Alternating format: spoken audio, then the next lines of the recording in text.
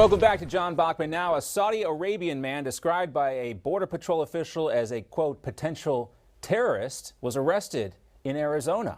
He was captured last week after illegally crossing into the U.S. This is yet another reminder that there are more than deadly drugs coming to America through our porous southern border. Here is the suspect. You can see these patches.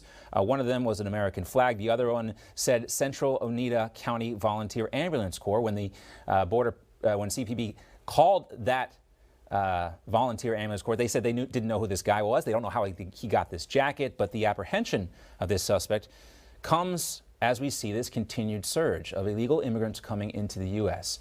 Also today, the Washington Post is reporting that the Biden administration's lax and inconsistent border policies, again coming from the Washington Post here, they say these are to blame for the staggering increase in migrant deaths in 2021. At least 650 people have died attempting to cross the border this year, more than any other year since the Internal Organization for Migration began keeping track of this metric back in 2014. For the latest on the border, let's go now to Newsmax border correspondent Jason Jones.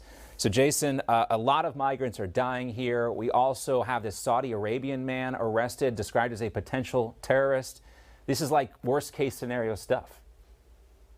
Yeah, and it just keeps coming, doesn't it? You know, and remember, this is the third that U.S. Customs and Border Protection have apprehended in just 1 year that we know of publicly.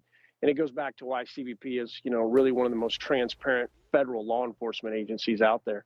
But on a much bigger note, with this guy being arrested on last Thursday, and wearing that jacket, it's brought a lot of fears that, you know, there's clear ties to New York. One thing that I would kind of put in perspective here is that when you're working that border, there's a lot of people who donate second-hand clothing to a lot of the migrant camps. So it's very common to see a lot of people crossing illegally between the ports of entry wearing, you know, local clothing. So I think that's one thing not to get too concerned about right now. The second part of that is that the NYPD Intelligence Bureau is one of the finest in the nation. I've worked very closely with them all over the years, and I can tell you they're going to be working this very closely since that individual's wearing that jacket. But on a much bigger note, it goes back to this unsecure border. It goes back to the national security implications of the Biden policies.